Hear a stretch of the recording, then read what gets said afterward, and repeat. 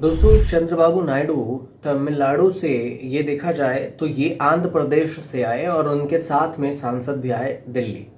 जब भी चंद्रबाबू नायडू दिल्ली आते हैं तो चर्चा शुरू हो जाती है कि आखिर मोदी सरकार के सहयोगी दल में से एक है, महत्वपूर्ण दल है। तो चंद्रबाबू नायडू दिल्ली आए, अकेले आते तो ठीक था, लेकिन उनके साथ उनके जितने सांसद हैं वो सारे सांसद भी आए, 15 से 16 सांसद।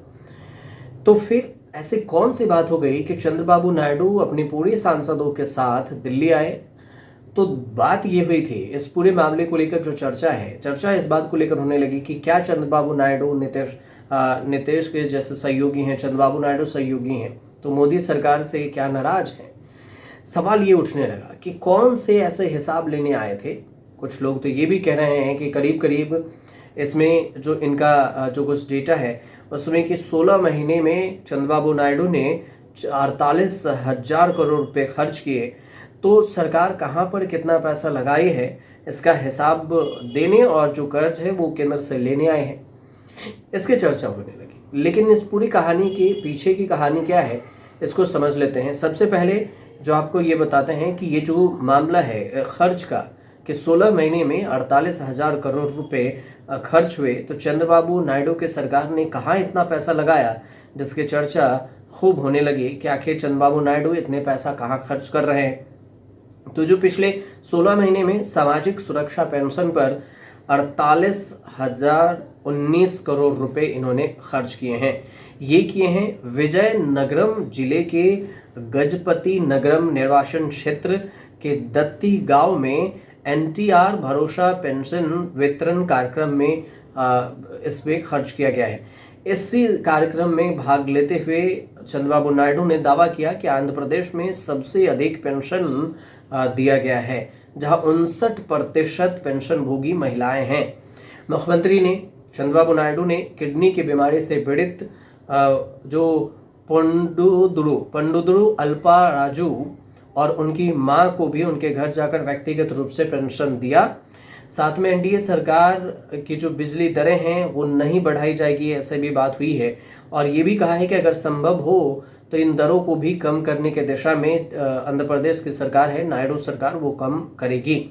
दावा ये भी हुआ कि कुशल प्रबंधन के माध्यम से बिजली क्षेत्र को पटरी पर लाने का काम किया जा रहा है। कहा कि पिछले सरकार ने 9 बार दरें बढ़ाकर बिजली कंज्यूमर्स पर 32,000 करोड़ रुपए का बोझ डाला था। लेकिन उन्होंने कहा कि देश के इतिहास में पहली बार है जब 13 नवंबर से बिजली की दरें 13 पैसे प्रति यूनिट कम की जाएगी। ये भी दावा किया कि एनडीए सरकार में पीएम कुसुम योजना के तहत किसानों के साथ साथ अनुसूचित जाति, अनुसूचित जनजाति के परिवारों को भी मुफ्त में सोलर रूफटॉप उपलब्ध किया जाएगा। रूफटॉप। इसके अलावा गैस सिलेंडर वितरण पर भी खर्च हुए हैं। गैस सिलेंडर वितरण पर नायडू सरकार ने 1718 करोड़ रुपए खर्च किए हैं, ये जो हिसाब दिया गया है उसके तरफ से। इसके अलावा जो उन्होंने ये भी बताया है कि अपने बच्चों को स्कूल भेजने वाले माताओं हैं उनके खाते में 10,090 करोड़ रुपए जमा किए हैं। मुफ्त में गैस सिलेंडर पर 1718 करोड़ खर्च किए। इसके अलावा आरटीसी बसें हैं, उसमें महिलाओं को मुफ्त में बस यात्रा के लिए स्त्री शक्ति योजना शुरू की, जिसका आर्थिक आवंटन 2963 करोड़ रुपए से किया गया है। परिणाम ये है कि केवल 45 दिन के भीतर 10 करोड़ महिलाओं ने मुफ्त में यात्रा की है। कहना है कि 2029 तक सभी के लिए आवास भी एक प्रमुख वादा बना हुआ है।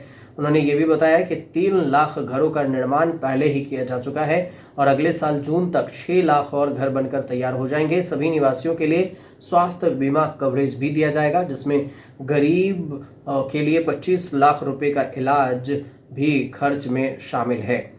ये तो उनके खर्च का हिसाब था जो हमने आपको बताया। अब बात ये आती है कि सांसदों के साथ दिल्ली आने का चंद्रबाबू नायडू के मतलब क्या है। तो मतलब ये है कि चंद्रबाबू नायडू मंगलवार को आए दिल्ली और यहाँ पर बुधवार को मुलाकात हुई। निर्मला सीतारमण से भी मुलाकात हुई।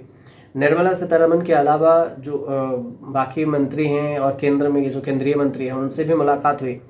उन्होंने कहा कि जो CII पार्टनरशिप समिट होना है, ये होना है 14 नवंबर और 15 नवंबर को विशाखापत्तनम में। तो यहाँ पर उन्हें इनवाइट करने के लिए, वित्त मंत्री को इनवाइट करने के लिए, और जो राज्य के जो दिशा निर्देश हैं, राज्य में जो खर्च हैं, उसके तरफ से भी प्रधानमंत्री नरेंद्र मोदी, फाइनेंस मिनिस्टर, इन सब से मुलाकात करने आए थे। और राज्य में इंडस्ट्रीज भी लगने हैं कहा गया। तो इस समिट में जितने भी उद्योगपति हैं उनको भी बुलाया गया है। तो इन सारे कामों के लिए अब 1 महीने का वक्त है, अगर ये 14 और 15 नवंबर को कर रहे हैं तो। और इन सभी के लिए ही ये दिल्ली अपने सभी सांसदों के साथ आए थे।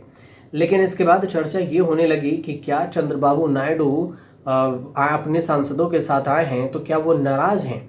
तो ऐसी कोई खबर नहीं है, कुछ भ्रामक खबर हैं जो फैलाई जा रही है कि वो नाराज़ हैं और ऐसे ऐसे हिसाब लेने के लिए आए हैं, जबकि ऐसा नहीं है। उन्होंने साफ तौर से ये कहा है कि हम अपने सांसदों के साथ आए हैं कि वित्त मंत्री और उद्योगपतियों को हम अपने राज्य में इनवाइट करें 14 और 15 तारीख को, और वो आए और इस कार्यक्रम में हिस्सा लें। तो यही पूरी जानकारी थी। आपको अगर सही लगे और आप कमेंट करें तो हमें कमेंट कर बताइए। हमारे चैनल से ज़रूर जुड़िए, सब्सक्राइब कर लीजिएगा।